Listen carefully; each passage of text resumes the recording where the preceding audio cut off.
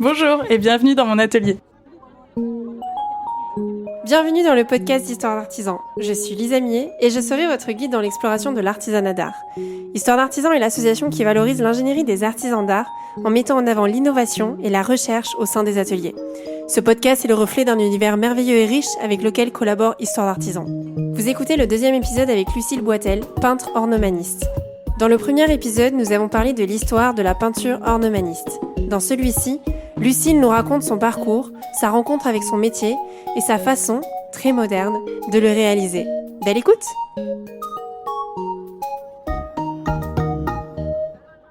Bonjour Lucille et merci de m'accueillir dans ton atelier. Lucille, tu es peintre ornemaniste. Est-ce que tu peux nous raconter ta rencontre avec ce métier? Moi, c'est une rencontre qui est un peu particulière parce que j'aime bien dire que j'ai rencontré mon métier alors que je le faisais déjà. Puisque, comment je pourrais expliquer ça? Ça fait 7 ans que je suis à mon compte. J'ai eu un premier parcours hyper, pour le coup, je savais que ça serait dans l'art, donc j'ai fait tout le programme à appliquer comme il fallait bien. Lycée, BTS, DSA, en design industriel, en disant c'est bon, je serai un bon designer, enfin voilà. Sauf que je quitte le master et je me dis mais en fait le design industriel c'est pas du tout pour moi. Mais vraiment pas.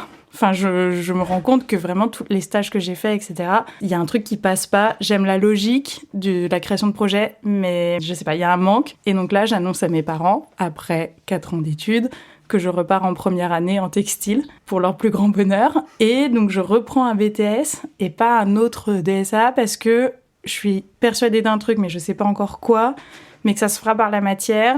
Et donc, je me dis, bon, peut-être que si je refais ce BTS textile, vu que j'ai déjà un parcours en design produit, il y a peut-être un moyen d'imaginer des textiles chez Quadrat, dans ce genre d'entreprise. Donc, j'ai un peu cet objectif. Je sais que ça sera avec l'ameublement, mais je sais pas trop quoi.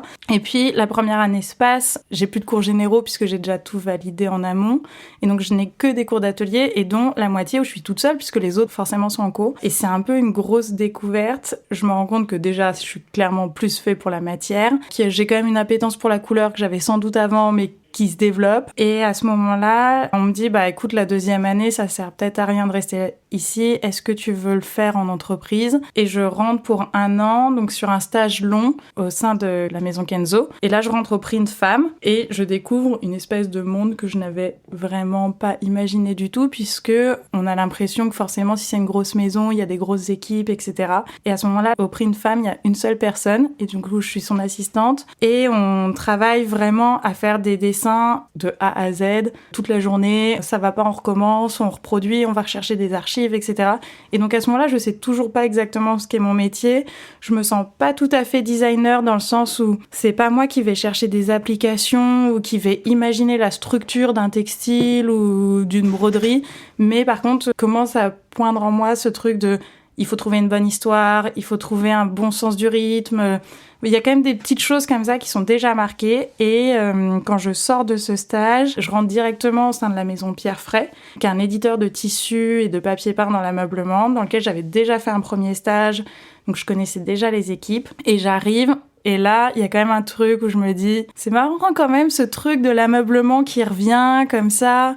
Et de la même manière, je suis au studio de tissage puisque la maison Pierre Fray a une usine dans le Nord qui s'appelle Margueroy. Et donc moi, je suis vraiment sur ce poste de création de dessins pour du tissage. Et encore une fois, donc là, je vais y passer presque 5 ans. Et il y a ce truc quand même avec des petits mots-clés comme ça qui reviennent tout le temps. Des arts décoratifs. Je me souviens que Monsieur Frey un jour m'envoie emmener des échantillons chez Liègre. Et là, je découvre d'un seul coup un autre univers. On fait une visite chez Jacques Garcia. Enfin, il y a comme ça des choses où je me dis, mais c'est marrant, c'est quand même l'univers dans lequel moi j'ai envie d'évoluer. Je découvre des choses qui me semblent un peu folles. Je sais pas exactement ce que je vais en faire, mais ce qui est sûr, c'est que je découvre aussi le travail d'archives et de dessin peint à la main, puisque au bout de notre bureau, il y a une porte qui ouvre vers les archives. Et là, t'as aussi bien des cartons du 16e, du 18e, du 20e siècle, des gouachés, etc. Et je me rends compte que la manière dont moi j'ai appris à faire du dessin au raccord pour faire du motif, elle est hyper sage et qu'il y a vraiment un truc dans la matière et dans la couleur que je peux retravailler. Et donc là, se passe quand même un premier shift dans ma vie, puisque du coup, je quitte cet emploi salarié pour dire « Ok, je vais me lancer à mon compte pour faire ça ». Et je n'ai toujours pas ce fameux titre de métier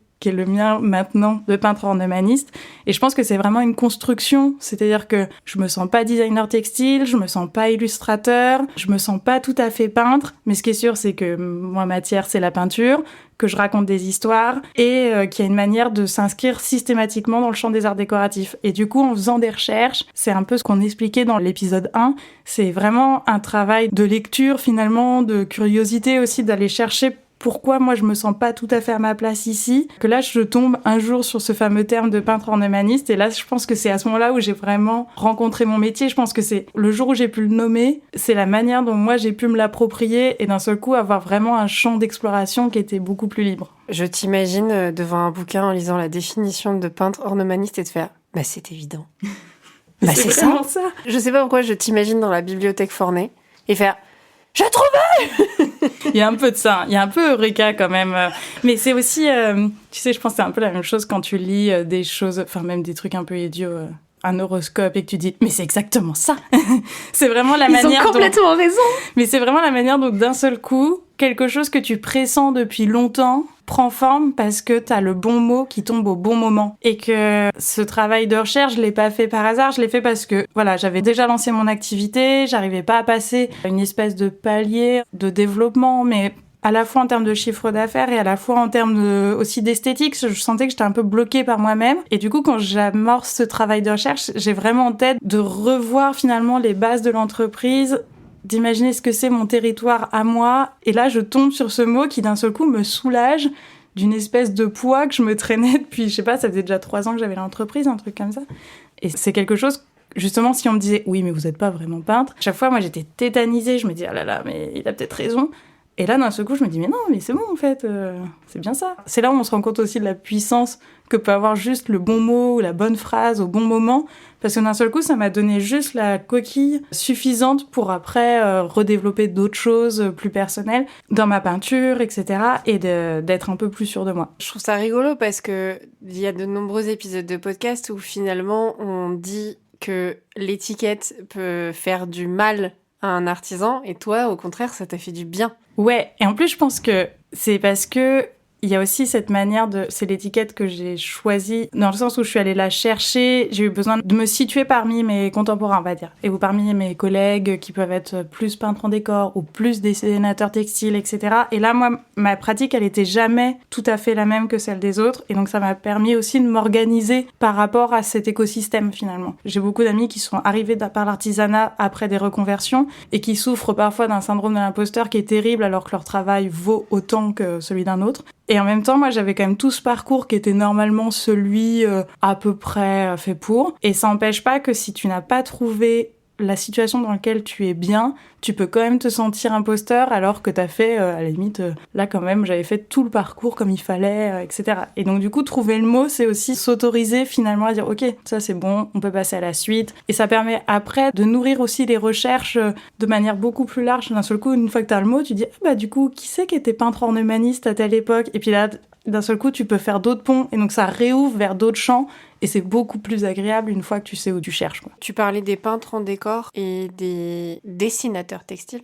Quelle est la différence concrètement avec toi, ton métier ? Puisqu'on disait dans l'épisode 1 que tu pouvais faire ce qu'ils faisaient. Quelle est la différence ? Ouais, le peintre en décor, je pense que plus généralement, il va faire un travail in situ, c'est-à-dire le travail de fresque, le travail de taglac, de show, etc., de préparation du mur. Moi, ça, c'est quand même un savoir-faire que je n'ai pas, que j'ai pas forcément souhaité en plus développer. A contrario, le dessinateur textile, il est plus souvent réputé pour justement ne travailler que pour l'industrie textile et éventuellement papier peint, papeterie, mais on est toujours sur des tailles de raccord qui sont quand même similaires. Et du coup, sur aussi une logique, on en parlait dans l'épisode 1, mais une logique de production et de distribution qui est un peu différente, puisque du coup, dans ces cas-là, il y a quand même pour ceux qui peignent à la main, une logique quand même de collection qui est beaucoup plus importante que ce que moi je peux faire, puisque moi j'ai des collections qui sont ridiculement petites, puisque je mets tellement de temps sur un seul dessin qu'il serait impossible pour moi d'en sortir 100 à l'année, alors que, je sais pas, des amis qui vont faire Première Vision, ce genre de salon vraiment dédié au dessin textile, vont amener des collections où on est plutôt sur 100, 200, 300 dessins. Donc on est vraiment sur des logiques différentes et pas tant sur des savoir-faire complètement différents à la base, mais c'est juste une manière après de pousser plus ou moins certains curseurs. Très clair. C'est une très bonne transition pour la seconde question qui est quel est ton rapport avec ton métier aujourd'hui? Comment tu le fais? On en a déjà parlé, toi et moi, mais on ne l'a pas enregistré. Je sais quand même que tu as un rapport particulier à ce métier. Comment concrètement ça se passe avec une maison comme la maison Pierre Fray? Déjà, si on peut peut-être revenir un tout petit peu en arrière, c'est que moi j'ai 2 axes de travail. Il y a vraiment un travail de collection, donc là qui est plutôt un travail que moi je vais faire à l'atelier de mon côté pour lequel j'ai pas de cahier des charges. J'ai en tête des tailles de raccord qui sont des tailles classiques dans l'ameublement, mais en général, je me donne des thèmes. Je fais beaucoup de recherches à ce moment-là iconographiques, mais qui sont pas forcément justement liées aux arts décoratifs pour éviter comme ça, d'être un peu trop enfermée sur moi-même, mais je vais plutôt aller chercher des inspirations ailleurs, donc je sais pas, en botanique, en cinéma d'animation, enfin voilà, je vais aller chercher des choses ailleurs pour nourrir ma propre pratique. Et cette pratique-là me permet de développer donc ces fameuses collections, donc c'est 1 à 2 par an en fonction du travail de commande, et dans chaque collection, il y a une dizaine de dessins, donc c'est vraiment des toute petite collection, ce que je disais avant. Une fois que ces collections sont prêtes, moi, je vais les présenter chez les éditeurs ou chez les architectes. Et c'est là où, potentiellement, ça va amorcer aussi un travail de commande, donc qui est vraiment mon 2e axe, puisque c'est toujours des histoires de rencontres et de dialogue entre un interlocuteur et moi-même. Et donc, du coup, c'est, je sais pas, ils vont me dire « Ah bah tiens, on adore ce feuillage. Est-ce qu'on pourrait imaginer un décor panoramique avec ça ?» Ou « Ah, c'est marrant, vous avez fait ça. Bon, la coloration ne nous plaît pas du tout, mais par contre, on se disait peut-être que vous pourriez nous imaginer un dessin pour du jacquard dans tel coloris. » Enfin, voilà, à chaque fois, c'est un sujet à discussion. C'est pas forcément lié d'ailleurs au travail que je propose, mais en tout cas, le travail que je propose va éveiller chez eux une possibilité pour faire autre chose. Et donc, du coup, dans ces cas-là, je suis assez libre. Je pense que c'est un peu une chance aussi qui est liée à la fois au secteur et au fait que je fasse ça depuis plusieurs années. Mais même quand on me propose un thème. Par exemple, là, il y a un dessin qui vient de sortir chez Casamance qui s'appelle Adachi et le thème, c'était juste jardin japonais. Ce qui reste quand même très très large parce que ça peut être un jardin clos, ça peut être un jardin ouvert. Chez Frey, ils travaillent plutôt avec moi sur de l'achat en collection.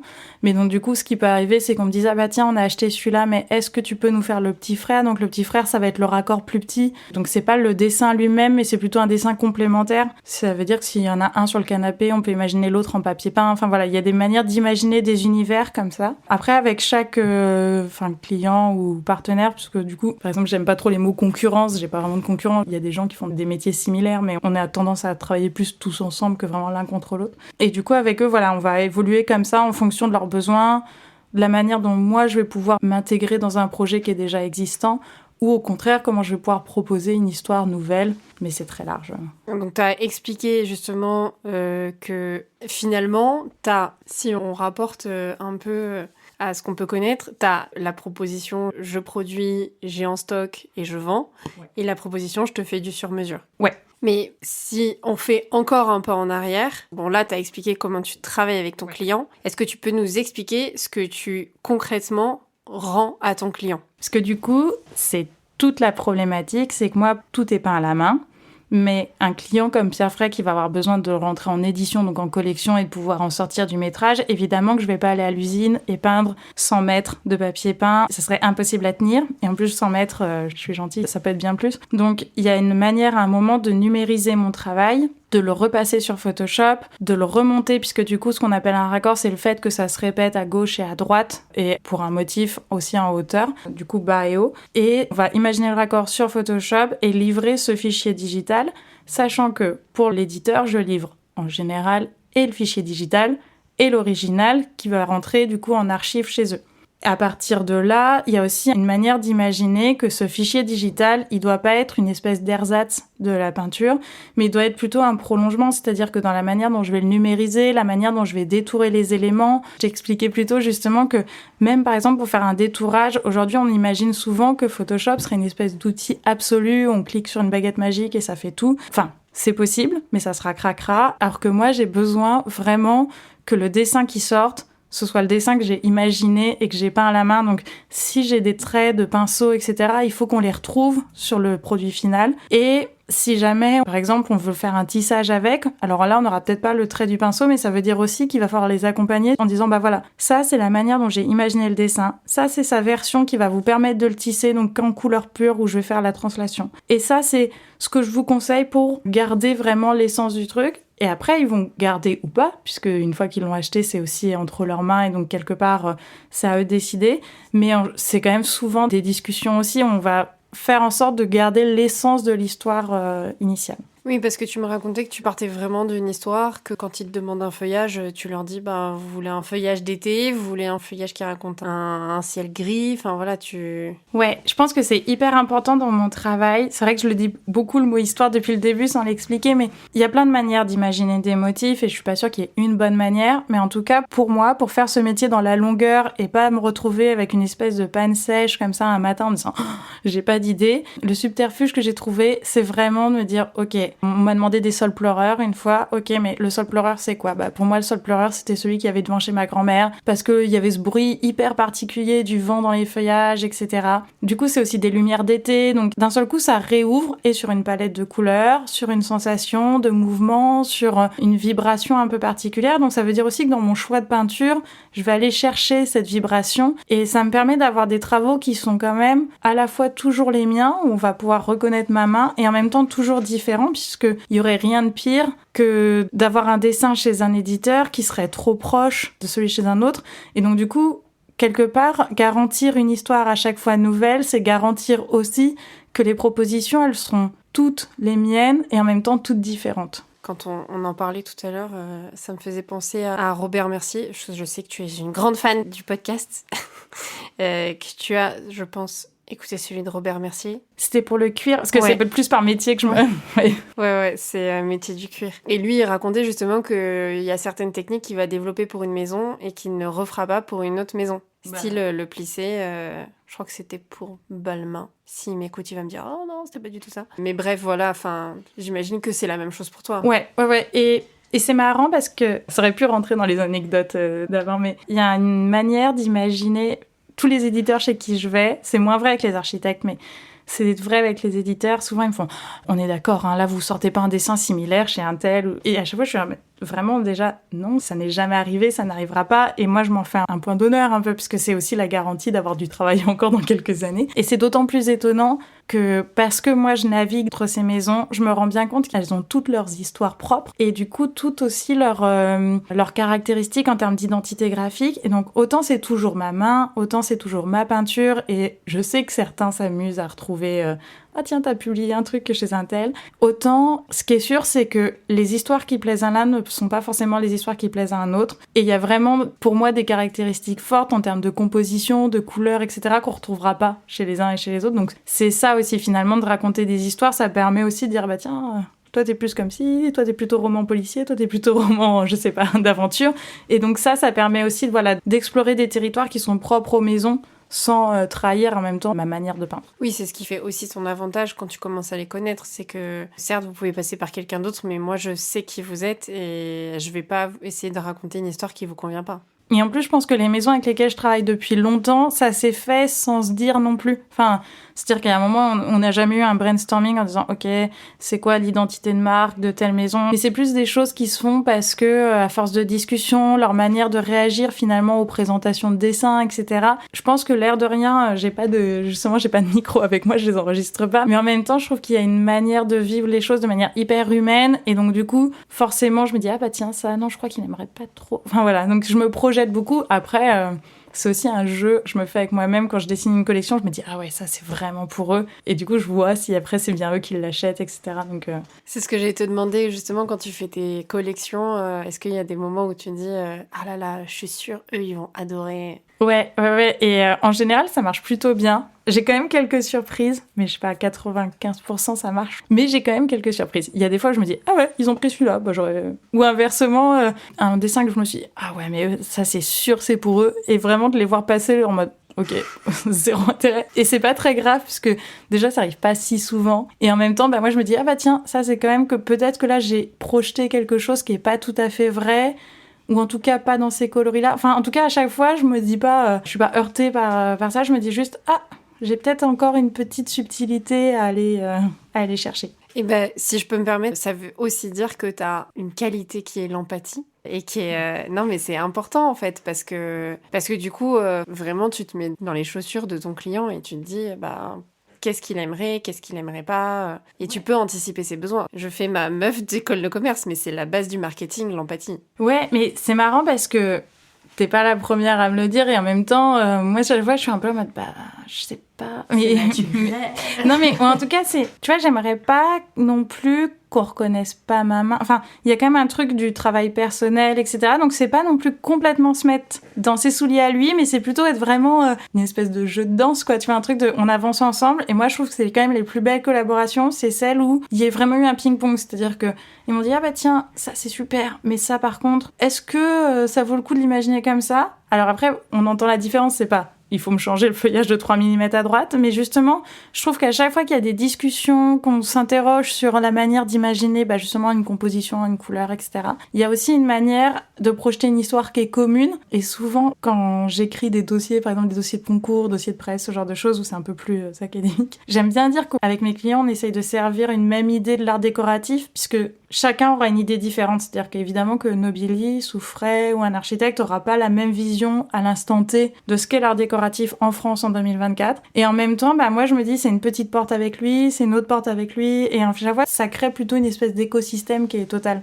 Après, si je peux me permettre, juste l'empathie, c'est pas de s'oublier. Hein. Non, c'est de comprendre la personne. Non, c'est vrai aussi. Et je pense que si c'est toi qui viennent voir pour certaines choses, c'est parce que eux aussi, ils te connaissent et qu'ils savent que tu vas leur donner un esprit certain dans cette collection et que c'est ça qui les intéresse. Ouais, non, c'est évident. Je pense que ça fait toujours un peu peur. Bon.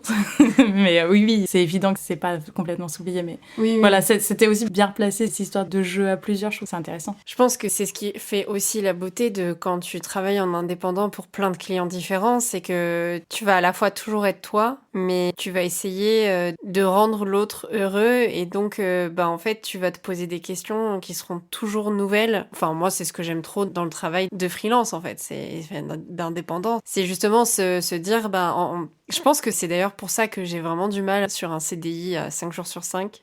Et là, tu vois la déformation d'artisan, je me suis dit, bon, pourquoi 5 jours sur 5 Il y en a que 5. Et moi, je t'envoie en mode, non, mais c'est 7. Alors non, il y en a qui travaillent, enfin, en l'occurrence, maintenant plus.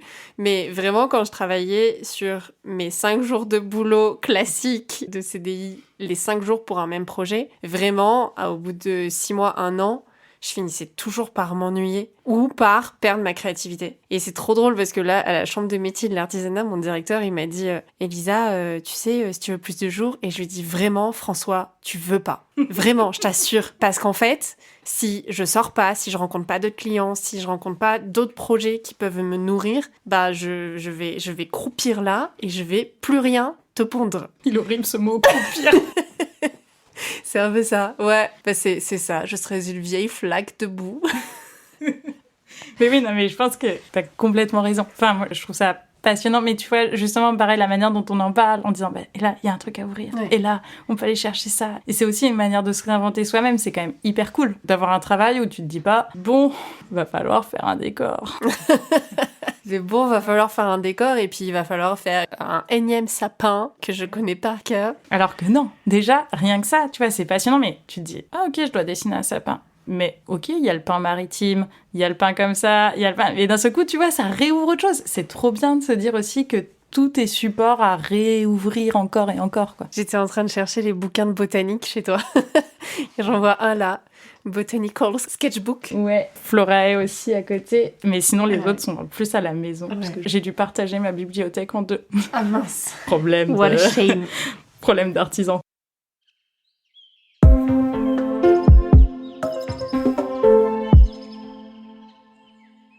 Eh bien, on en vient à l'anecdote. Dis donc, je sais que tu nous en as préparé une très sympa. En gros, c'est parce qu'il y a plein de petites anecdotes, il n'y a pas de très grosses anecdotes, mais il y a un truc que j'adore chez les éditeurs, et encore une fois, c'est pareil, c'est pas tout à fait vrai avec les architectes et les décorateurs, c'est quand même des fonctionnements différents. C'est que chez les éditeurs, il y a des espèces de règles tacites qui sont vraiment liées une espèce de culture de l'ameublement en France. Et du coup, par exemple, quand tu dessines des rosiers, des palmiers, des fleurs à épines, en général, on te demande systématiquement c'est pas en général, on te demande systématiquement de retirer les épines parce qu'il faudrait pas que ce soit trop pointu, trop ardu. Il y a une manière d'imaginer que si ça rentre dans l'espace intime, puisque ça va rentrer dans une maison, une chambre, voilà. Il faudrait pas que ça pique, il faudrait pas qu'il y ait une espèce de symbolique comme ça un peu caché. Et c'est vrai avec les rosiers, mais c'est vrai les ananas, il y a toujours une manière de représenter les ananas. Il faudrait que les feuillages soient hyper tendres, alors qu'en vrai, le bord d'ananas, c'est un peu coupant. Et non, à chaque fois, on te demande une espèce d'exotisme, mais qui est un peu fantasmé. Et c'est drôle parce que c'est des trucs où c'est jamais dit. On va pas dire non, l'ananas, on le fait comme ci, comme ça. Mais par contre, quand tu vas proposer quelque chose qui va être justement trop proche d'une illustration botanique, donc plus proche d'une certaine réalité, et ben on va très vite te dire oh là là, non, on va pas faire ça, on va lisser un peu. Et pareil, moi j'adore cacher des petites choses dans mes décors, donc j'aime bien cacher des petits yeux dans les feuillages, ce genre de trucs. Et dès que c'est un peu trop étrange, il y a quand même toujours une petite appréhension. Ils sont là, ça vous l'avez fait exprès ou... Oui. Non. Oui. Oups, j'ai fait une tache et du coup j'ai fait des yeux. Ça fonctionne. Alors qu'en fait, moi j'adore me dire, tu vois, il y a un peu un truc de l'enfance aussi, de se dire, derrière ces gros feuillages exotiques, si t'as des yeux derrière, c'est quoi ? Est-ce que c'est un tigre ? Est-ce qu'il y a une panthère qui est là, qui est un peu cachée ? Ou est-ce qu'au contraire, c'est un animal hyper mignon qui se protège de la vue ? Mais à tout moment, t'as un gosse qui fait un cauchemar parce que sur son papier peint, il y a des yeux. Hein. Ouais, mais on a tous des histoires de papier peint qui nous ont marqués. Tu vois, le papier peint chez ta grand-mère, parce qu'il était comme ci, comme ça. C'est très drôle, parce que nous, chez ma grand-mère, les chambres ont un nom en fonction du papier peint. Ah tu vois ? La chambre au bateau, la chambre aux fleurs. C'est que le papier peint. La chambre au palmier. Trop bien. Voilà. Et tu vois, je te dis, on a tous une histoire avec... quand j'en parle aux gens, des histoires d'enfance liées au papier peint, mais c'est fou. D'ailleurs, je devrais faire un podcast que là-dessus. C'est vrai, non mais c'est vrai, je m'étais jamais posé la question, mais c'est vrai. Ouais, une fois, on m'a raconté une histoire terrifiante, une cliente qui avait dans sa chambre petite une toile de Jouy, donc tu vois, hyper pastorale, avec la bergère, ses moutons, etc. Et toutes les nuits, elle pensait que la bergère, elle avait laissé les moutons, qu'elle était partie se coucher, quoi, du coup. Et que du coup, le loup allait arriver manger les moutons. Oh non. Terrifiant. C'est trop triste. Et du coup, elle allumait sa petite lumière comme ça pour être sûre que la bergère, elle était bien revenue. Oh. C'est pas trop mignon quand même. C'est adorable. Mais parce que je pense que justement le papier peint, c'est quand même une surface qui est au mur, qui te raconte quelque chose un peu malgré toi. Donc il y a quand même un truc comme ça. J'allais dire, tu vas encore nous dire que ça raconte une histoire. Je me suis arrêtée avant. T'aurais pu.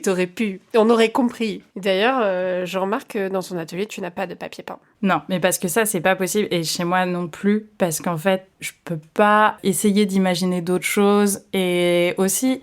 On a tous des travers. Par exemple, moi, j'ai eu une passion, là, ça se voit à l'atelier, une passion vert et bleu. Ça se voit, oui. Tout à fait.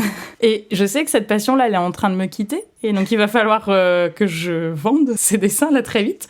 Mais donc, du coup, je peux pas avoir quelque chose qui reste trop longtemps parce que après, c'est difficile pour moi de sortir des sentiers battus, d'aller chercher de nouvelles colorations, des choses que j'ai pas encore faites, si constamment, je suis raccrochée à quelque chose que j'ai fait. Ah, c'est hyper intéressant ça. T'arrives pas à avoir de nouvelles idées si t'as un univers trop chargé. Ouais, et d'ailleurs, tu serais venu hier, l'atelier, c'était un bazar monstre, mais vraiment monstre, il y en avait partout, parce que y a des moments où j'ai besoin de pas trop me soucier de est-ce que ça tombe par terre ou pas. Et après, j'ai vraiment besoin de tout cleaner. Enfin, tout à l'heure, ma colocataire d'atelier m'a dit que c'était devenu stérile ici, tellement j'avais fait une espèce de ménage absolu. Mais en fait, ça fait du bien aussi quand tu commences un nouveau projet, te dire ok, j'ai la place pour. Si je veux sortir des livres pour regarder, c'est possible. Si je veux refaire de nouveaux découpages, là, tout mon mur, on peut punaiser dessus. Et vraiment, je peux réaccrocher, réenlever, etc. Et tout ça, ça participe aussi du process. C'est que tu peux faire table rase pour recommencer quelque chose.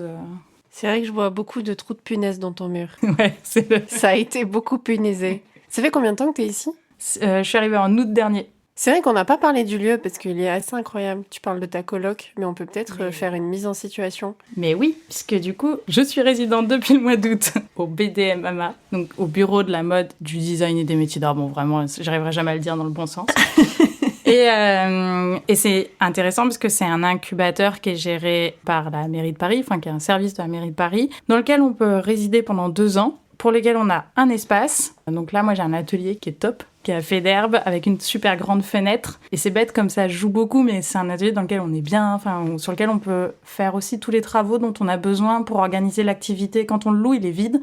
Et donc, ça veut dire que tu peux vraiment organiser l'espace à la mesure de ton métier. Et ça a vraiment une importance puisque moi, au rez-de-chaussée, donc, j'ai mon atelier et en mezzanine, j'ai une colocataire, du coup, qui fait du bijou. Et justement, on n'a forcément pas les mêmes besoins quand t'as un établi, quand t'as une grande table, etc. Et avec cet incubateur, donc il y a cet espace qui est quand même déjà pour moi une espèce de chance absolue, avec un loyer qui est un tout petit loyer par rapport à ce qu'on pourrait trouver ailleurs dans le privé à Paris. Et avec ça, t'as un accompagnement. Donc c'est, je me souviens plus, t'as un nombre de formations, si c'est 5 ou 6 formations qui sont vraiment autour du marketing, du territoire de marque, le calcul de ton prix, de la politique de salon, ce genre de choses. Et un certain nombre de rendez-vous individuels avec les experts qu'on peut consulter d'ailleurs même quand on n'est pas résident. Je pense que ça vaut le coup de le dire parce que souvent les gens n'osent pas, ils ont l'impression que ça nous est réservé. C'est vraiment pas très cher, je crois que c'est 28 € le rendez-vous, sauf que ça permet vraiment de travailler sur des sujets précis. On peut prendre un rendez-vous soit justement pour un calcul de prix qu'on sait pas faire, on peut prendre rendez-vous avec une avocate qui est spécialisée en propriété intellectuelle. Et ça, c'est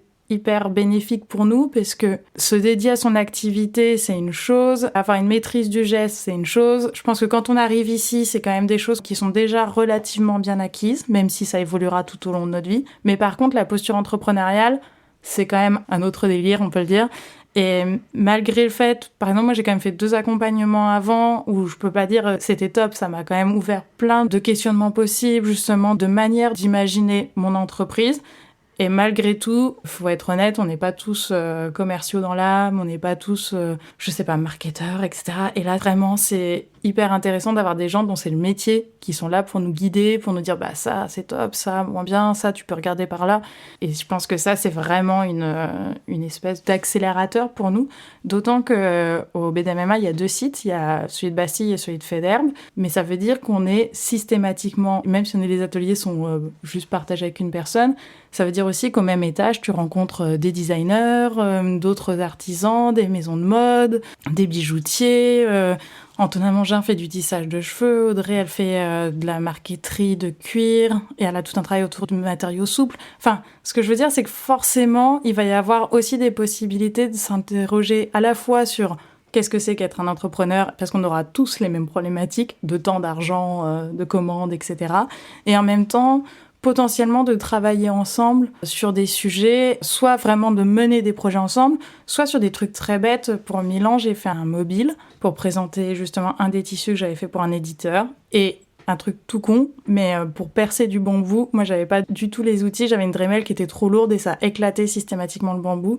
Julia Barge qui est au-dessus de moi, elle a des Dremel hyper fines pour la bijouterie et elle m'a fait les trous en moins de 10 secondes. C'est-à-dire que là où avant il aurait fallu que j'investisse dans du matériel, que j'aille chez Leroy Merlin trouver la bonne mèche, etc. Là en 10 secondes, juste en parlant, c'était réglé. À côté, elles m'ont posé le biais. Enfin bref, c'est des échanges qui permettent aussi d'aller beaucoup plus loin et beaucoup plus vite dans les créations. Trop bien. Tu as bien vendu ces ateliers partagés et le BDMMA. Le seul problème, c'est que ça dure que 2 ans et qu'après, il faut trouver un autre atelier. Ouais, mais tu vas trouver... Ce qui est trop cool, c'est que des opportunités comme ça, il y en a de plus en plus. Ouais, non, mais c'est clair, il y en a vraiment de plus en plus. Et on voit bien aussi qu'il y en a plein, des anciens résidents qui ont continué à occuper des lieux ensemble, parce que quand il y a des affinités qui se font, après, ça dure dans le temps aussi. Est-ce que tu peux nous raconter un projet sur lequel tu as fait beaucoup de recherches et ou d'innovation pour atteindre ton objectif? Je m'en étais noté 2, mais peut-être qu'on peut se concentrer que sur Adachi. C'est un décor panoramique que j'ai dessiné pour la maison Casamance. Typiquement, j'en ai parlé un tout petit peu avant parce qu'il m'avait donné juste comme thème jardin japonais, ce qui était quand même très très large. Et c'est un décor que j'ai présenté justement aussi à Milan. C'était intéressant de le présenter parce que il y avait cette démarche de recherche qui était hyper marquée, qui est quand même présente dans l'ensemble de mon travail, c'est-à-dire qu'à chaque fois, je te l'expliquais en amont de l'enregistrement, mais à chaque fois que je vais imaginer une collection, un thème, un décor, moi j'ai besoin de me dire tiens, à quoi ça me fait penser, qu'est-ce que ça raconte, comment il faisait avant, enfin j'en sais rien. ce qui donne des fois des recherches très drôles sur Google. Mais là, typiquement, le jardin japonais, il y avait un peu ce travers de se dire, je peux faire un jardin sans me renseigner du tout, et ça sera forcément un peu cliché, peut-être un peu naïf aussi. Et j'ai rien contre la naïveté, au contraire. Mais je pense que quand elle est là, il faut savoir pourquoi elle est là, est-ce qu'on a gardé ou pas de naïveté finalement. Et du coup, c'est quand même un panoramique pour lequel j'ai fait 2 propositions au départ. Et j'avais vraiment imaginé un jardin clos, vraiment plus jardin de maison de thé, ce genre de choses. Donc très lié à l'architecture, avec une composition hyper forte liée au claustrat. Et un autre qui était un jardin ouvert, plutôt dédié aux éléments, avec ce système eau, sable, ciel. Et ça, je l'aurais pas pu le défendre avec autant de ferveur que si j'avais pas été à la bibliothèque Forney, justement, qui a quand même un rayon autour du jardin qui est assez conséquent. Et typiquement, c'est un dessin pour lequel j'ai fait à la fois des recherches sur comment on imagine le jardin au Japon, qu'est-ce que ça représente en termes de symbolique, quels sont les végétaux qu'on y retrouve. C'est-à-dire que j'ai aucun problème à mettre une fleur qui aurait pas lieu d'être, à condition que je sache pourquoi moi je l'ai mise. Voilà, donc il y a plein de petites choses comme ça. Et là, pour le coup, il y a eu... je pense quasiment une bonne semaine de recherche, ce qui est rare quand même sur un seul dessin, mais parce que c'était un sujet dont je voulais pouvoir m'emparer pour pouvoir le peindre et le défendre sans avoir à rougir. Et aujourd'hui, je suis hyper heureuse quand je le présente de la sorte en disant c'est vraiment mon regard d'occidental sur ce que peut être le jardin japonais, donc du coup ce que j'en ai compris, ce que j'en ai entendu, en sachant qu'il y aura forcément des inexactitudes et que c'est pas grave parce qu'au final c'est aussi une manière de l'imaginer, de le fantasmer. Il y avait je retrouve pas le nom de la nana qui avait écrit ce livre, mais il y avait tout un livre, je me souviens très bien de la couverture par contre verte et rose avec un grand rond, et c'était hyper intéressant parce qu'elle détaillait dedans à la fois la symbolique propre à chaque jardin sur les compositions, en disant voilà, si les rochers sont comme ci, c'est parce que on a voulu dire ça ça signifie plutôt la terre, ça signifie plutôt la montagne, etc. Et moi je trouvais ça hyper drôle parce que, donc là, elle en fait une analyse détaillée, alors que moi, c'est une analyse plus émotionnelle en me disant, c'est marrant parce que moi, quand je dessine un peu cette grande bande blanche sur le décor, pour moi, c'est du sable, c'est un peu cet effet un peu grève, quoi, sur le bord de l'eau. Et du coup, se dire qu'au final, ça rappelle quelque chose qui est quand même préexistant dans leur manière de composer les jardins, ça tend vers une espèce d'universel qui est aussi hyper touchant de se dire, tiens... C'est drôle parce que justement, moi je trouvais que ça faisait ça. Et tu dis qu'ils ont parfaitement réussi finalement à te faire sentir cette notion du vide, du plein, cette manière d'avoir des allées où tu as l'impression que tu peux comme ça naviguer. Et donc ça, pour le coup, c'était à la fois des recherches. Donc la première vraiment recherche, documents iconographiques, tous les écrits autour de la symbolique du jardin, sur les espèces qu'il y avait dedans. Et après, du coup, c'est aussi une recherche plastique, puisque c'est bien joli, mais une fois que t'as ça, t'as toujours pas vraiment ton décor. Et donc, à partir de là, c'est de se dire, ok, si ça doit être vraiment avoir cette légèreté que peut avoir le ciel, l'air frais, etc.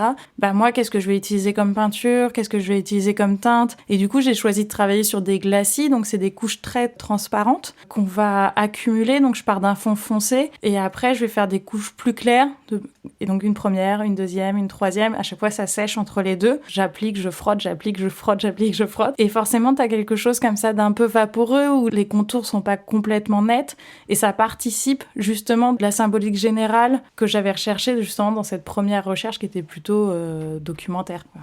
Très intéressant, mais en effet, quand je t'ai posé la question, je me suis dit, mais en fait, tu fais de la recherche pour tout. Tu me racontais que t'as une collection que t'as développée, Jardin parisien, où tu t'es donné des thèmes et t'avais Jussieu, dans mes souvenirs, Montmartre. Oui, parce que je pense que les mots, on l'a compris, déjà le fait que j'ai trouvé moi les mots qui me parlaient, je pense que c'est hyper important dans ma démarche créative. Et je le disais tout à l'heure, les collections que je fais, effectivement, je m'invente un thème et je me dis, tiens, c'est toujours un peu la même construction. Je me dis, si je devais imaginer un petit dessin, ce qu'on appelle les petits dessins, c'est des dessins avec des raccords en dessous de 72 qui vont être utilisés, je sais pas moi, pour faire du jacquard, des textures, des choses comme ça. Ça veut dire quoi en dessous de 72? 72. 72 de large, pardon. 72 centimètres, ouais. C'est en ameublement, les raccords ont tendance à être assez grands pour qu'on voit pas trop la répétition. Et en fait, plus en plus on est luxe et plus les raccords sont grands, mais l'idée c'est de pas voir trop la répétition pour que justement l'œil puisse naviguer dans le décor sans avoir l'impression qu'on ait un rythme trop marqué. Alors que pour ce qu'on appelle les petits dessins, c'est un peu étrange comme terme,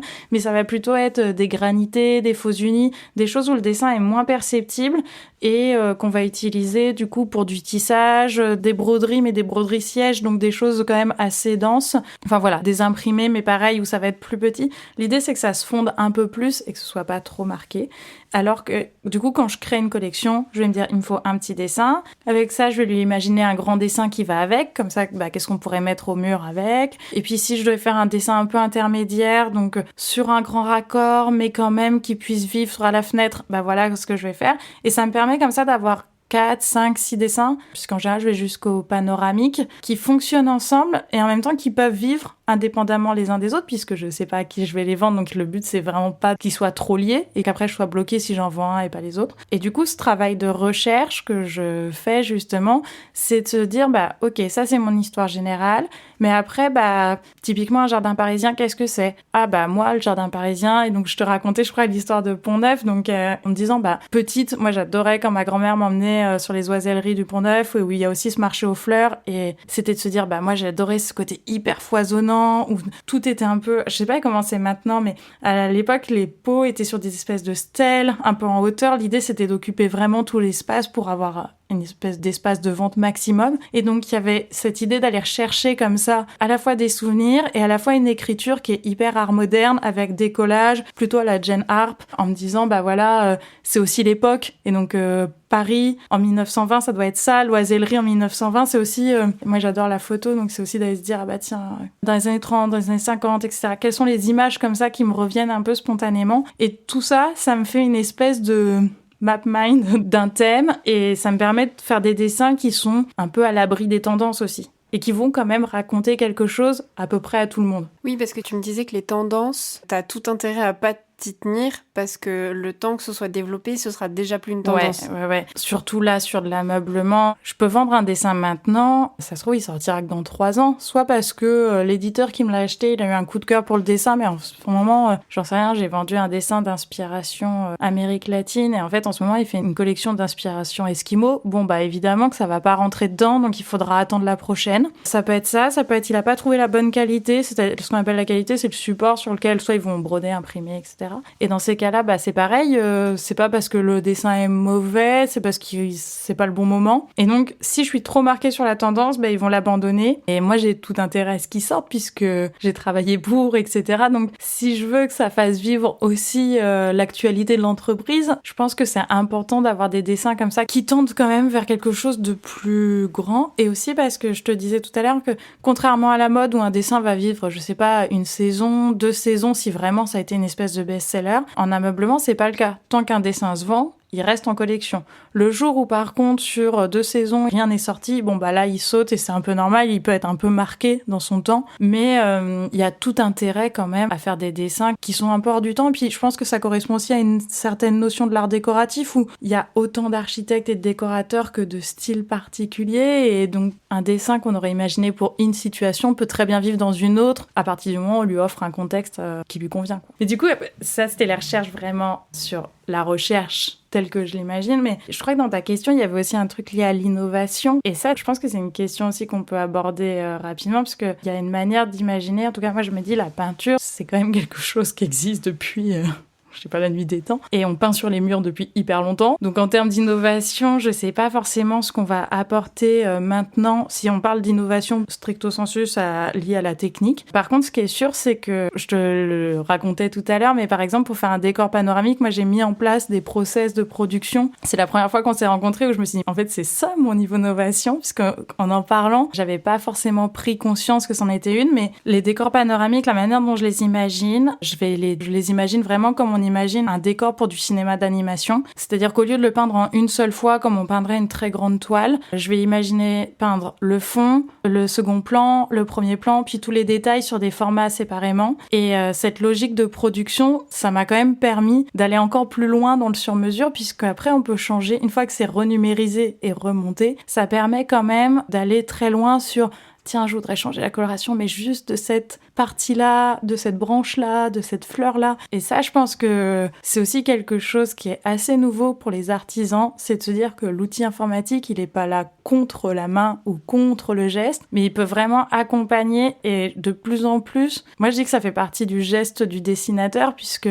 quand je vais détourer les éléments, je fais super attention à garder la finesse que j'aurais eue au moment de la peinture. Donc si ma brindille, elle est très fine, je fais super attention de détourer de manière très très fine, en gardant vraiment ce côté crénelé s'il est par exemple sur un tronc, c'est jamais parfaitement droit ou parfaitement lisse. Imaginez comme ça des décors à la fois en pièces détachées et en même temps du coup avec une logique un peu productiviste où moi je suis quand même seule à l'atelier. Il m'arrive de prendre des stagiaires, mais on peut pas déléguer sur des temps trop courts ce genre de décors qui quand même doivent faire transparaître ma main, mon identité, etc. Et dans ces cas-là, du coup, imaginez justement toutes ces pièces séparées en amont avec un petit tableau de production en disant, bah voilà, lui, il aura telle patine de fond, lui, il aura telle teinte, etc. Donc ça permet de préparer toutes ces couleurs d'un coup. Ça permet aussi de, si jamais je dois m'arrêter dans une tâche, de savoir exactement où j'en suis, puisque je peux cocher en disant, bah ça, tous les dessins sont faits, ça, tous les calques sont OK. Et donc du coup, imaginez ces logiques, ça permet à la fois de gagner en temps, et du coup c'est mieux quand même pour notre tarif journalier, et aussi en sérénité, puisque d'un seul coup j'ai plus à me dire j'arrive pas à retrouver la teinte que j'ai faite il y a 3 semaines, c'est dans des petits bocaux, c'est prêt en amont, enfin voilà, et ça va permettre vraiment de garder une espèce de garantie que ça soit proche de la maquette vendue. C'est vrai que tu m'as montré des projets. Tes fiches projets, elles sont hyper cadrées, elles sont hyper carrées. Moi, je trouve ça impressionnant. Et je pense en effet que ça fait partie du métier. Et je suis complètement d'accord avec toi sur le concept de c'est innovant, parce que tu as un peu une réflexion un peu industrielle, mais tout en gardant de l'artisanat. Et alors moi je disais, mais est-ce que c'est pas l'industrie qui s'est inspirée de l'artisanat? Parce que je vois pas pourquoi les artisans, ils auraient pas, avant l'industrie, cherché à optimiser leur production. Ouais. Tu vois, c'est clair que quand chez Histoire d'Artisan, on parle d'innovation, elle peut être hyper large. Et en effet, l'innovation sur les procédés de production, il y en a qui disent ça n'en est pas. Pour moi, ça en est à partir du moment où ça te permet de mieux vivre et ça te permet de faire un métier qui t'intéresse vraiment, où toutes les tâches les moins intéressantes sont potentiellement optimisées. Enfin voilà, moi je suis archi d'accord avec toi sur le concept de ça, c'est de l'innovation. Et en plus, ça boucle parfaitement avec William Morris dans l'épisode 1. Tout à fait. Du coup, c'est quand même clairement son positionnement. Et ouais, c'est évident que bien imaginer le projet en amont, c'est garantir aussi à ma posture d'artisan une vraie sérénité, puisqu'il faut quand même reconnaître qu'en tant qu'artisan, il y a l'expertise, mais il y a tout le reste qu'il faut gérer à côté. Ils ont été plusieurs dans le podcast à le dire, mais je pense que personne ne se rend compte à quel point il faut tout être. Il faut être le bon communicant, il faudrait être un super comptable, il faudrait être hyper au taquet sur les questions juridiques. Et en fait, il y a un moment... Si, en plus de tout ça, et en plus du travail, qui est vraiment celui de la collection et du sur-mesure, il faut rajouter une espèce de charge mentale hyper présente de dire « Ouah, je me souviens plus, ma coloration que j'avais faite pour teindre le fond, est-ce que j'avais mis 2 grammes de terre de sienne ou 3 ?» C'est pas possible. Ça demande après un effort qui est presque un peu idiot quelque part, puisque c'est quand même prendre un risque de décevoir le client, de pas être en mesure, ou même de se décevoir soi-même, de pas être en mesure de retrouver exactement ce qu'on avait trouvé au départ. Alors que en produisant comme ça, donc c'est ce que je te disais aussi, c'est que c'est une technique que j'ai vraiment mise au point pour les très gros décors où il y a beaucoup de détails et qu'évidemment que sur des projets plus petits, ça va pas forcément avoir lieu d'être, mais en tout cas de l'imaginer comme ça, c'est aussi garantir qu'on puisse aller au bout d'un projet sans trop s'épuiser et encore ça peut... On peut quand même... Et encore, puisque, je te le disais, il peut m'arriver aussi de faire des très grosses journées pour arriver au bout. Mais justement, si malgré ça, j'arrive encore avec des très grosses journées, ça veut bien dire qu'on peut pas passer à côté d'une organisation qui va permettre quand même d'alléger la construction du décor.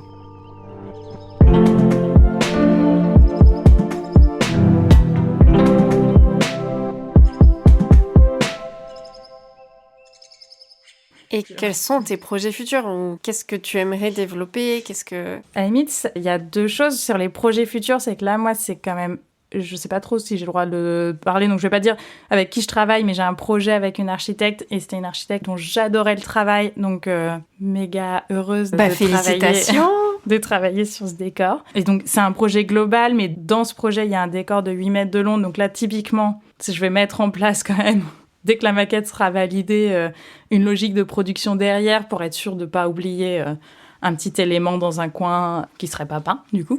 Et donc ça va m'occuper encore quand même pendant un moment, parce que l'air de rien, on n'imagine pas un projet de 8 mètres de long comme un projet de 36 cm de long. Il y a un tout petit peu plus de matière à fournir. Donc ça, c'est plutôt mes projets futurs, et c'est quelque chose qui va rejoindre mes envies futures, puisque j'ai beaucoup parlé des éditeurs aujourd'hui, mais il y a quand même cette ouverture depuis une bonne année à un marché plutôt avec des architectes et des décorateurs. Et ça, à la limite, c'est ce que j'ai envie de développer. J'en ai pas parlé avant, mais en octobre dernier, je participais à un salon qui s'appelle les Rendez-vous de la matière, qui est vraiment un salon qui est dédié justement à la présentation de matériaux ou de savoir-faire particuliers sur un public, pour un public architecte, décorateur, mais aussi des grosses maisons, je sais pas, Louis Vuitton, Van Cleef, enfin ce genre de... Qui d'ailleurs est organisé par le magazine Archistorm. Exactement. Et du coup, ce salon, ça a été vraiment pour moi l'occasion de faire des pièces que j'aurais pas eu l'occasion de faire si j'étais pas rentrée dans cette logique de présentation de mon métier, avec quand même cette idée que ce salon, il est super, mais c'est des petits stands. Et on dit pas exactement la même chose de son métier sur 2 mètres carrés que sur 10. Et donc, ça voulait dire qu'en très peu de temps, sachant que c'est un salon qui est hyper visité, il fallait qu'on puisse comprendre que, justement, je ne fais pas que du papier peint, même si j'en fais beaucoup. Je ne fais pas que du décor panoramique, même si, pareil, j'en fais beaucoup. Et qu'on soit... Moi, j'ai qu'une hâte, c'est qu'on m'interroge aussi sur d'autres... Et c'est déjà bien, finalement, bien lancé, mais qu'on m'interroge aussi sur d'autres supports. Et à l'occasion de ce salon, j'avais imaginé un projet que j'avais appelé Dialogue, et où c'était un dessin qui était un peu la mascotte de ma participation. Donc j'avais fait mes invitations, comme ça, mon catalogue. Enfin, c'est un dessin comme ça qui revenait un peu ponctuer finalement ma participation et que j'ai proposé à 3 studios de venir réinterpréter au vu de leurs matériaux de prédilection. Et du coup, j'ai interrogé Studio L'air qui fait de la lave émaillée en Centre-Bretagne, Larsen qui est un éditeur de tissus d'ameublement qui a fait une broderie qui normalement fait pas de sur-mesure mais qui se sont prêtés à l'exercice justement dans ce cadre-là, et Audrey Bigouin qui est aussi résidente aux Ateliers de Paris, avec laquelle j'ai fait une marqueterie de cuir. Et l'idée, c'était de se dire que ce même dessin, il pouvait avoir vraiment des vies très très différentes en fonction de comment on allait le traiter. Et justement, ça a donné lieu à plein de discussions mais passionnantes en se disant bah tiens, là le feuillage il est comme ça, bah nous on va faire un brossé parce que l'émail sur la lave va réagir comme ci, comme ça, on va boucher à tel endroit. Ou au contraire, Audrey, elle s'est dit, bah, les feuillages, ce serait trop bien qu'ils sortent parce que c'est du cuir, c'est souple, on peut. Et ça, c'est vraiment un travail que j'ai envie de continuer. Et j'ai qu'une hâte, c'est d'avoir vraiment des partenariats comme ça. Parce que là, c'était quand même de l'échantillonnage. Mais donc, du coup, sur des grands projets où je vais pouvoir justement faire vivre ces dessins au vu d'un autre matériau. Et donc, si on peut, je sais pas, si on refait une marqueterie de cuir, mais que je peux repeindre sur le cuir. Enfin, voilà, il y a des discussions comme ça où on se dit, mais c'est hyper intéressant parce qu'on peut aller super loin dans ce que raconte le dessin original. Oui, et puis ce que tu racontais sur l'histoire des peintres ornemanistes dans l'épisode 1, c'est que justement, ils faisaient des dessins pour des vitraillistes, pour de nombreux métiers et collaboraient aussi avec des vitraillistes. Et je pensais à César, évidemment, il faut que tu le contactes. Oui. Donc César Bazar qui, lui, justement, collabore avec des gens qui font des dessins, ça a du sens et c'est clair que c'est génial même... de voir qu'un même dessin, en fonction de comment il est interprété et de quel matériau est utilisé, il va avoir des aspects complètement différents. Ouais, et puis ce qui était très drôle, je te rejoins complètement, c'est que sur le salon, il y avait vraiment donc ces 3 échantillons qui étaient placés les uns à côté des autres. Et tu sentais, il y avait beaucoup d'architectes, des décorateurs, etc. Et quand ils passaient, il y avait vraiment leur préféré et c'était hyper marqué et ce n'était jamais le même. C'est-à-dire qu'il n'y avait pas une production qui était meilleure, c'est juste que ça racontait quelque chose de leur propre projection qui était hyper belle, puisqu'il y avait vraiment ceux qui arrivaient et qui disaient « Oh, mais cette broderie, mais c'est super, cette main, etc. » Et puis t'avais celui d'après qui disait « Oh, mais la lave, mais la profondeur, parce que c'est un peu vitrifié comme ça. » Et du coup, ce qui est intéressant aussi, c'est de se dire que c'est pas parce que on imagine au départ un dessin sur un support qu'il doit finalement rester comme ça, très sage. C'est vraiment, je pense, moi j'aime bien imaginer le décor comme une fenêtre, et donc c'est une manière de projeter autre chose, un autre environnement, d'autres profondeurs. Et ça, j'avoue qu'il y a des manufactures avec lesquelles je rêverais de travailler, parce que je me dis, mais si on utilisait tel fil ou comme ci ou comme ça, aussi parce que j'ai eu un jour, ce que je disais avant, mais j'ai eu ce post un jour de dire ah bah tiens on pourrait utiliser plutôt telle armure ou tel montage et c'est resté. Enfin maintenant j'ai envie de le voir vivre les dessins sur d'autres environnements. Trop bien, on te le souhaite et on a hâte de voir ça. Ben, on arrive au mot de la fin, Lucille. Qu'est-ce que tu souhaites pour le futur de ton métier? Qu'il y en ait plus peut-être? Ouais, ça c'est évident, on n'est quand même pas très nombreux. Et pas très nombreuses, parce que je pense qu'on est plus de filles quand même. Alors, qu'on soit plus volontiers. Après, moi, je pense que c'est surtout aussi une question de... J'aimerais bien qu'il y ait une plus jolie mise en lumière, c'est-à-dire... Là, avec les décorateurs, c'est plus facile. Souvent, ils demandent de signer le décor. C'est pas forcément vrai avec les éditeurs et les manufactures. Je pense que c'est important aujourd'hui de le faire parce que reconnaître qu'un artisan est passé par là, c'est pas un aveu de faiblesse. Au contraire, c'est de dire qu'il y a eu un discours derrière, il y a eu un dialogue, il y a eu une rencontre. Et moi, je pense que c'est passionnant quand même de se dire qu'à un moment donné, même des grosses entreprises, elles vont chercher une vision particulière et même des visions particulières puisque ces maisons, elles travaillent avec plein d'autres dessinateurs. Et donc, du coup, je pense que la reconnaissance et le droit à la signature, il est important aujourd'hui pour que chacun puisse vivre finalement de son métier pleinement. Et après, du coup, je trouve que ça devrait permettre aussi finalement une certaine exigence, puisque je pense qu'il y a des choses des fois qui sont en termes de qualité qui peuvent être assez variables. Et quand on signe un travail, en général, c'est qu'on l'assume, on y met une partie de sa personne, on affiche une partie de sa personne. Et je pense que c'est aussi un gain pour tout le monde d'avoir comme ça une espèce d'exigence dans ce qu'on raconte, pourquoi on le fait. Je pense qu'il n'y a rien de pire pour moi que des gens qui vous disent « Ok, on a trouvé cette archive, on voudrait que vous refassiez la même ». Bah non, enfin en tout cas pas moi. Et ça, je pense que ça ne peut plus se faire si derrière on signe, puisque après il y aurait une espèce comme ça d'éthique qui serait forcément bafouée et en même temps mise au grand jour, quoi. Très bien. Et ben, je pense que c'est le souhait de beaucoup d'artisans. Et moi, j'avoue que pareil, je vais parler de mon côté market, mais mon côté marketing ne comprend pas pourquoi les entreprises ne parlent pas de l'artisanat français, parce qu'en fait aujourd'hui c'est sexy. Ça fait partie du storytelling de dire ben cette pièce, elle a été créée dans un atelier parisien, elle a été réfléchie comme ci, comme ça. Et je sais pas, il y a un truc de se dire non mais il faut laisser du mystère. Non. Enfin, oui, surtout tu peux laisser du mystère. Genre c'est pas parce qu'on parle d'un artisan qu'on sait exactement tous les détails du projet, mais il n'empêche qu'il y a à chaque fois des histoires à raconter et moi je déplore le fait que les entreprises qui font appel à des artisans, les architectes qui font appel à des artisans, ne se disent pas que c'est hyper intéressant d'utiliser cet argument en tant qu'argument marketing en disant ben c'est du bien fait, c'est du beau, c'est du local, c'est du bien pensé. Il n'y a pas mieux que l'artisanat pour défendre ces valeurs-là et je comprends pas pourquoi c'est toujours pas dans l'esprit des marques. Ouais, et puis en plus, on sent qu'il y a quand même un changement. Faut quand même avouer, il y a un changement. Il y a des maisons qui s'y mettent. Des fois, c'est encore un peu frileux, ils le font un peu, mais pas trop. Enfin voilà. Mais en tout cas, il y a une volonté, on voit, de changer. Mais on voit bien aussi que ce sont des fois des grosses machines. C'est-à-dire que entre le studio de création, la partie marketing, la direction générale, les commerciaux, les showrooms, enfin, au final, tout ça, c'est un écosystème aussi à part entière. Et des fois, je pense que c'est difficile de faire bouger des machines entières. Mais si on y arrive, mais on est tous à y gagner, mais aussi bien eux en tant qu'entreprise que nous en tant que dessinateurs. Et quand je dis dessinateurs, c'est pas que ça. Enfin, typiquement, mes dessins, ils vont être imprimés sur des tissus d'ameublement, donc ils vont être aussi utilisés par des tapissiers. Enfin, je trouve que c'est exactement... Pour le coup, c'est même au-delà de mon métier. Je pense que citer le tapissier, c'est aussi bien que citer la personne qui a fait, je sais pas, le vase, justement, dont je te parlais sur un shooting, etc. Donc, je pense que c'est important parce que nommer, c'est aussi reconnaître qu'on travaille ensemble et c'est plutôt une force. Il n'y a pas trop de... Enfin, je sais pas, je vois pas trop en quoi ça serait honteux. Mais justement, en t'écoutant, je me disais, en fait, je pense pas que c'est honteux. Je pense que je vais prendre l'exemple de la mode et du luxe. Je pense qu'en fait, si tu donnes tes noms, bah t'as peur de te les faire voler. Ouais, mais en même temps, c'est un peu hypocrite parce que, par exemple, moi, quand je présente mes collections, tout le monde, il y a vraiment cette petite blague de vous allez pas chez un tel, hein, juste après. Et à chaque fois, je dis, bah... Je l'ai vu hier ou je le verrai demain, mais vous savez, forcément, ce sont des tout petits écosystèmes et donc c'est évident que je vois tout le monde. Et d'ailleurs, c'est devenu un peu une blague, mais n'empêche que c'est dit et donc ils savent qu'on se voit, etc. Et d'ailleurs, quand ils disent « Oh, on a vu votre dessin sortir chez... voilà ».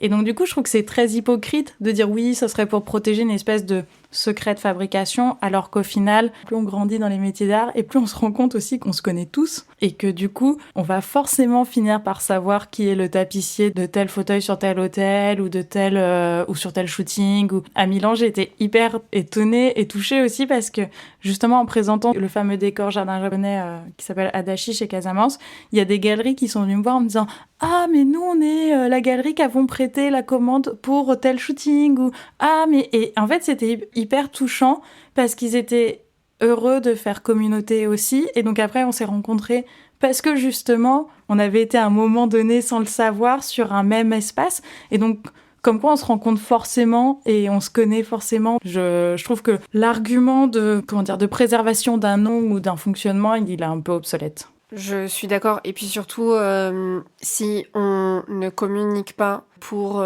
surtout que la personne n'aille pas voir ailleurs et ne travaille pas avec le concurrent, parce que tu fais, c'est que tu fais de cette personne une personne dépendante des projets qu'elle te donne et donc potentiellement mourante. Et c'est d'ailleurs ce qui s'est un peu passé avec Chanel et toutes les maisons qu'elle a rachetées. C'est qu'en fait, elle les a fait travailler pendant des années et elle n'avait pas le droit de communiquer sur les projets qu'elle faisait avec Chanel, elle n'avait pas le droit, j'ai pas les détails, mais en fait, Chanel a racheté ses maisons, mais potentiellement, elle n'aurait pas dû les racheter si elle leur avait permis de communiquer dessus et de communiquer sur les projets Chanel et de montrer ce qu'ils savaient faire. C'est un cercle un peu vicieux où tu veux garder un savoir-faire pour toi, d'une entreprise qui va être dépendante de toi, mais si elle va pas voir ailleurs, mon petit chat, elle va mourir. Et oui, et puis vraiment, on l'a dit plein de fois, mais... Je pense qu'en plus, on se nourrit beaucoup des nouvelles expériences. Donc, se dire « Ah bah tiens, je vais développer telle technique pour un tel », ça veut pas dire que tu vas aller la refaire chez un autre, mais ça veut quand même dire que toi, ça te fait un outil de plus et peut-être que ça va permettre d'étoffer la technique, par contre, que tu déploies habituellement pour cette marque. Et tout ça, c'est pour ça que je trouve qu'il y a quand même une manière aussi de valoriser les échanges. Enfin, tout ça, c'est quand même aussi des histoires de rencontres et de personnes, des fois, qui ont eu un peu le culot de dire, même au sein de leurs entreprises, dire « ça serait bien qu'on travaille avec un tel » ou « Ah, j'ai vu ça ». Et je trouve que justement, même pareil, dans les entreprises, on a toujours l'impression que c'est une seule et grande entité, mais il y a des directeurs artistiques qui sont absolument formidables, qui ont vraiment un œil, etc., une appétence, une curiosité pour aller vers l'autre, et c'est trop dommage que ce soit un peu comme ça éteint, parce que je suis persuadée que ça passionnerait autant leur public que d'autres artisans et que potentiellement ça peut aussi leur proposer d'autres manières de voir leurs propres produits. Et franchement, c'est tellement dur des fois quand on est salarié de trouver la bonne personne pour travailler sur tel projet, etc. Alors que plus on en parle, au final, et plus on se dit « Ah mais attends, mais moi je connais quelqu'un qui fait ça, qui fait ça, qui fait ça ». Et donc voilà, je pense qu'il y a vraiment tout à y gagner. Bref, il faut communiquer. Oui, je trouve que c'est un très beau mot de la fin. Merci beaucoup Lucille. Merci. Merci pour ton temps. Volontiers. Merci de m'avoir ouvert ton atelier un jour férié, même si je sais qu'il n'y a pas de jour férié pour les indépendants, et encore moins pour les artisans. D'ailleurs, vous êtes beaucoup dans le couloir à être présents, donc c'est bien la preuve que jour férié ou pas, ça n'existe pas. J'ai eu mes parents au téléphone hier, et ils m'ont dit « Bah alors, tu fais quoi pour ces 2 jours fériés ? Hein ? Ben, je travaille évidemment, c'est pas férié pour moi !» C'est que c'est la blague. Enfin, mes parents n'osent plus me poser la question. C'est-à-dire que souvent, tu sais, il y a ce truc de « Allô, tu fais... ça va ?» Ils osent plus dire « Tu fais quoi ?» Parce qu'ils savent que systématiquement, je suis à l'atelier. Tu fais quoi ce week-end ? Je suis à l'atelier. Et lundi, je suis à l'atelier. Et tous les jours de la semaine et du mois, je suis à l'atelier. Mais ce n'est pas bien de rester autant. Je ne peux pas le conseiller. Ce qui ne serait pas bien, c'est que tu partes en burn-out. Non, bien sûr. Mais bon, clairement, on est tous ici des graines de burn-out. Hein. Donc non, c'est pas bien. C'est bien de le rappeler. Et ben merci beaucoup, Lucille. Merci. À bientôt. Merci beaucoup pour votre écoute. J'espère que ce 2e épisode avec Lucille Boitel, peintre ornemaniste, vous aura plu. Vous pouvez continuer de m'aider à faire découvrir les histoires d'artisans au plus grand nombre en mettant une note et en vous abonnant sur votre plateforme de streaming préférée. Comme d'habitude, je publie régulièrement des photos du travail des artisans sur Instagram, donc n'hésitez pas à vous abonner pour découvrir leur métier en images. Nous sommes toujours heureux de recevoir vos témoignages et vos ressentis sur les épisodes de podcast. Si vous avez envie, vous pouvez nous transmettre un message en nous écrivant à podcast@histoiredartisan.com. À bientôt avec une nouvelle histoire.